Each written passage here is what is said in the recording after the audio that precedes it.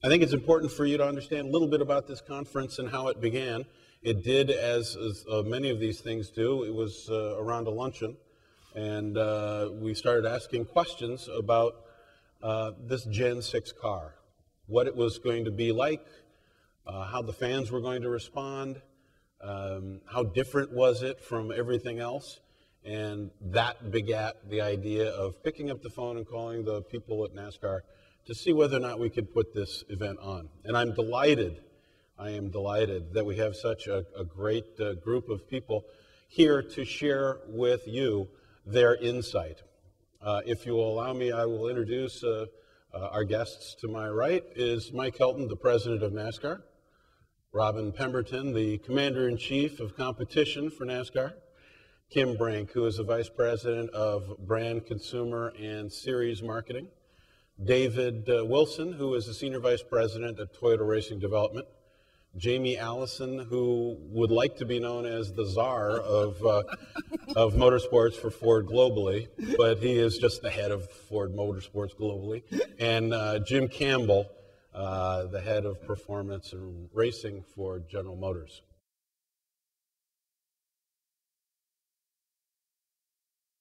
How is NASCAR doing? We can work collectively, obviously now, with the OEMs to make our product more relevant to their product, and that works for both of us. You know, our drivers are our greatest asset when it comes to fan appeal.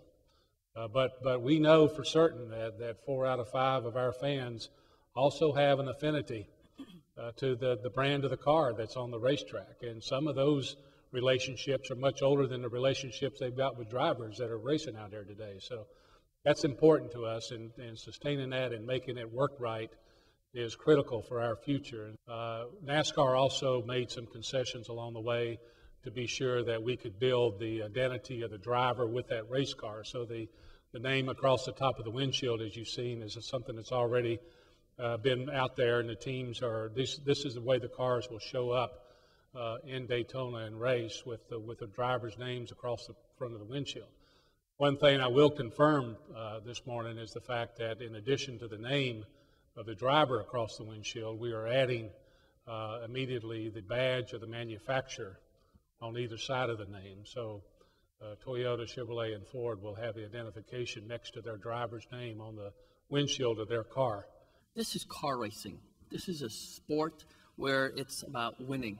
And those who are prepared to go out and win consistently and win championships are those who reap the benefits of the attention, the appeal of the fans. In the garage area and with the OEMs and ourselves, you know, we were, I think collectively, it was all positive, and everybody was fairly excited about the opportunity to create something new. And so 11, we got the ethanol blend. 12, we got the fuel injection. And here we are coming to 13 with cars we're going to race.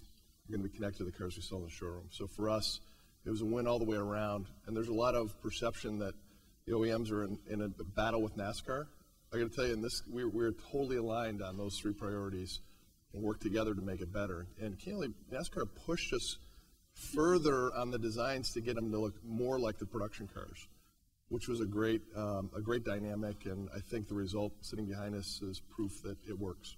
And that's the whole spirit of motorsports, is to just kind of lift the excitement around a product that they have at home and the product that they see on the weekends. But the fans also wanted to identify, not, well, okay, we know the M&M's, you know, is Camry because it's M&M's, but they want to be able to see the Camry behind the livery. So to have that fully executed and going forward in 2013, very exciting. But it just feels good to feel good.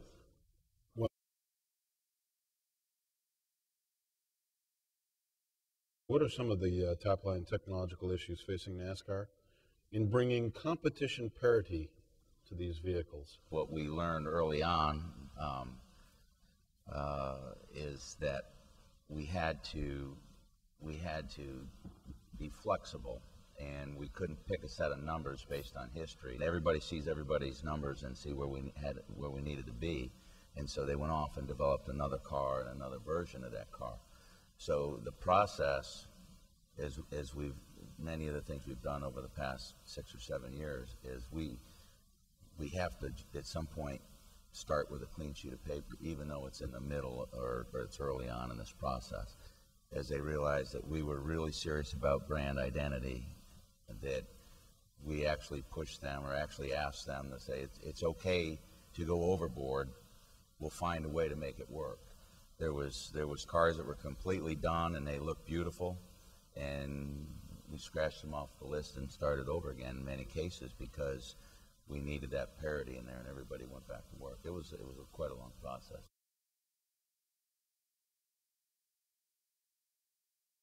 Are you ready to adjust during the course of the season to make sure that the competition remains on par? If this sets the stage of everything we can do for the next decade plus, it's a good platform. We've got a good process in play where the manufacturers actually can introduce a new car, and they're not reliant on all manufacturers being ready to introduce a new car, which really will be the first time that we've been able to do that in probably 8 or 9 years. We owe it to these manufacturers to regulate the identity of these cars. We have a whole new process, or added to the process that was already quite in depth, to make sure that the OEM's product is on the racetrack what they've submitted to us, and so it's twofold now. It's for competition, but it's also our agreement with them that if they're going to go down this path, spend all this time and energy, we have to go down the same path with them to make sure that their product continues to represent what they're selling. If you look at the history of the sport, I mean, it started with stock car racing, and the shape of the stock car could and did influence the outcome because that was what it was stock car. And you moved away, for obvious and important reasons, into cars that are more safe and try to bring more competitiveness in the sport. So there's a lot of goodness that came out of the progression of the sport to this level. And I think what we're all saying, and Robin is echoing in the fact that we're at a point now where it's, the best of all the past, right? The best of stock car cues, the best of competitiveness on the sport, and indeed is going to put a lot of emphasis on the series, and as well as us. These cars are designed to target, and we can put our brand identity to these targets, because we all want competitive racing. Our fans want to see competitive races. And how do you accomplish that when you have grill bars on one car and not on others? So it is going to be an ongoing process and testament and a lot of our faith and support for the leadership of NASCAR to enable that. The Gen 6 is a new car, but it's 65 years of experience. This is a convergence of modern technology, knowledge, experience, ability with our heritage.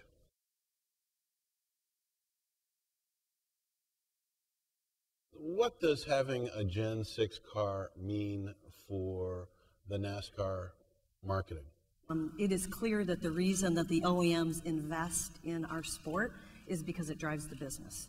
And now we have an opportunity with the connectivity between the cars on the track and the brand identity with the cars in the showroom to help drive their business more concretely. We're so excited about it. We've already used the new 2013 Toyota Camry in one of our brand spots that we ran right after the Super Bowl this past Sunday. So we're very excited to bring the Chevrolet SS to the track, and on February 16th, so this is at 1 o'clock after the practice ends on the track, we are going to unveil the production version of the Chevrolet SS at the track in the fan zone with the fans. It's the first time that we've done this in decades where we've introduced a whole new model at a racetrack. It is unequivocal. Ford race fans consider, shop, and buy more Fords than non-fans. So add the relevancy of our cars looking like the cars that they own. It adds that emotional connection that we all see and happens in forms of sports. So relevancy is key, and these cars bring back that X factor and bring back the magic that was once there, and I think we have the magic. Rivalries are so important in any sport, but I think particularly here. So you're going to see us kind of have much more intensity to yeah, we all get along and we're collaborative, but we're here to race and compete, and in our marketing we're going to kind of rekindle those rivalries, the Chevy Nation, the Ford Nation, the Toyota Nation.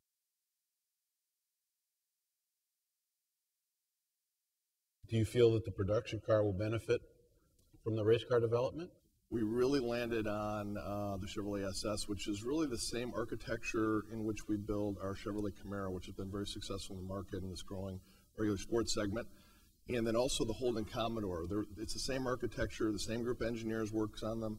And we really decided this was our moment to really connect in a very authentic way fuel-injected rear-wheel drive V8 architecture to what we're racing on the track to the showroom. And we've been there before, but it's been a lot of years. I mean, for many years, motorsports was kind of an igniting factor to get a lot of excitement among the employees involved in the motorsports program. So here we have a car who was literally sculpted and was born in the studio where other cars were born. You walk into the studio and then you get to see the formation of the NASCAR Fusion and the designers getting excited and management reviews. You know, Jim Party talks about it, and you walked into a management review for the Fusion, and there was all kinds of conversation that happened that normally wouldn't have happened. I mean, we normally don't sculpt, you know, race cars in studios, but in this one we did.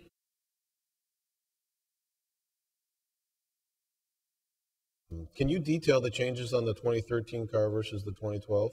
What are the significant changes? Other than the body and everything that you can see here, but you know, we took the opportunity and we've had some safety enhancements to for cars getting upside down, add to the roll cage, things like that. We've managed to work with the teams and we're able to reduce the weight on the car about 150 pounds, which should long term should help us do a better job with tire development, things like that. We have increased our rear camber numbers, where it's an easy way to get car grip and add mechanical grip to the car, and so we've increased those numbers by about 70% from where we were. Because of the relationships that we have with the OEMs, we feel like we will be able to implement things along the way that will just continue to improve our competition on track. And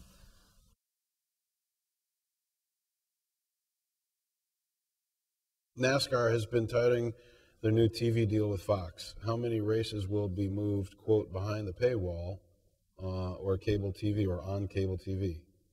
Please be specific and address the impact on fans.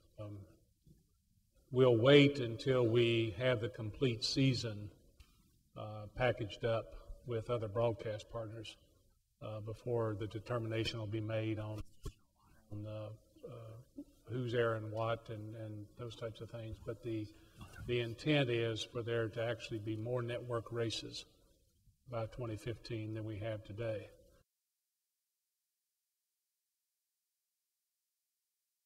From a fan's perspective, the start and park cars seem to be increasing. They're larger in numbers. When there is a big one, so few cars seem left to race. What are you doing to address this? You know, NASCAR's formula for success for so long has been to be open to anyone that comes with a qualified package and can meet all the requirements from event to event. A lot of drivers and car owners struggle early on, and they become significant participants in the sport over time. I point to Richard Childress, who today is one of the most iconic car owners our sport has ever had, who struggled in his early days. He literally, back in those days, would have been called a starting parker. But we see the significance he's contributed to our sport so many years later. The rules and regulations around that, if we tweak them, we could eliminate the opportunity for the next Richard Childress or the next Tommy Baldwin. And while we understand the fact that it's irritating to us for someone maybe to take advantage of the rules for the moment, that leaving the rules alone is more advantageous for the opportunity than reacting to the rule and shutting that opportunity out for others to participate in the sport.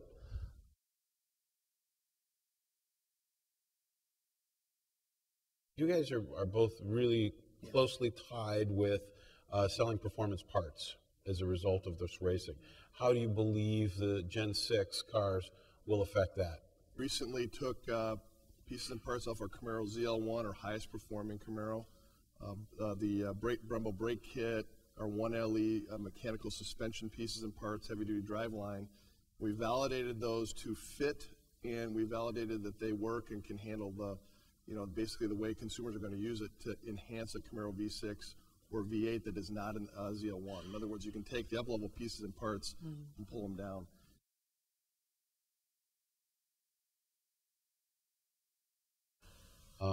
Why no road courses in the Chase?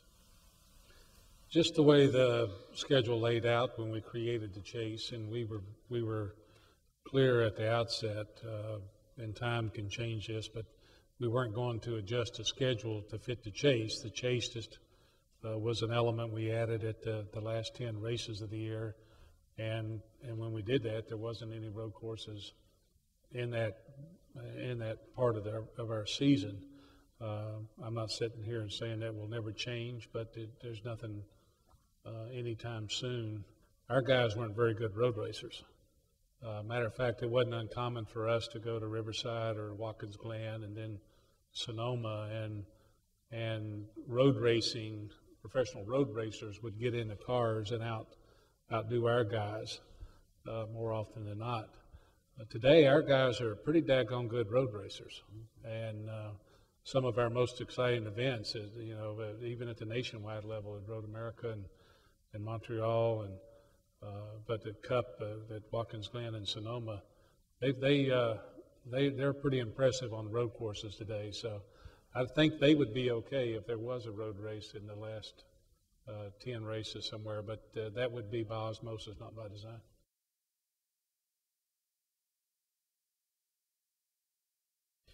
Kim, how do you evolve the NASCAR brand so it remains relevant to youth of today and for future fun? One of the key bullets that we have and one of the most important assets that we have are our drivers. And continuing to elevate the power of the drivers and elevate their brand, I think, is a really critical piece to speak to, especially young kids coming into the sport.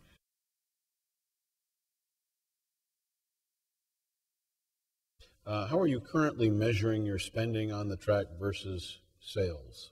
They respect our participation. They ultimately see that we've helped their sport become a better sport. When I go to the racetrack, I'll have fans, they'll see me with my TRD or Toyota shirt on, and they'll grab me and say, listen, I would never have even thought about Toyota, but because you guys are here and you're just one of us, I've walked into a Toyota dealership for the first time. We decided to use NASCAR as a motorsports outreach to raise brand awareness of EcoBoost. So, there is nothing that rivals the scale of NASCAR, maybe short of the NFL, in terms of reach for brand awareness. And that's why it appeals to so many other consumer goods companies. It works for us. Competing in any form of motorsports, especially NASCAR, we do see that lift in the image. If you can endure a Daytona 500 race, win the big races or championships, it says a lot about your brand and the integrity of the vehicle and the powertrain. NASCAR has scale and reach that is unmatched in motorsports.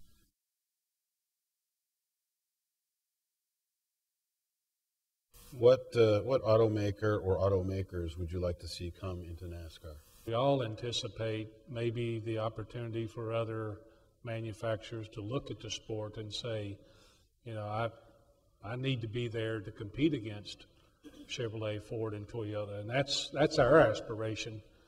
The more the merrier, but it starts with a good solid relationship with Chevrolet, Ford, and Toyota that's got us here right now.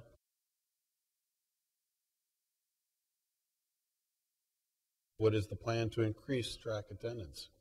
We want to be aggressive to build the future of NASCAR's style of motorsports. A lot of work going on at the tracks to improve the connectivity and improve the fan experience. But at the end of the day, I don't think we ever lose sight in the marketing group that what we sell is great racing.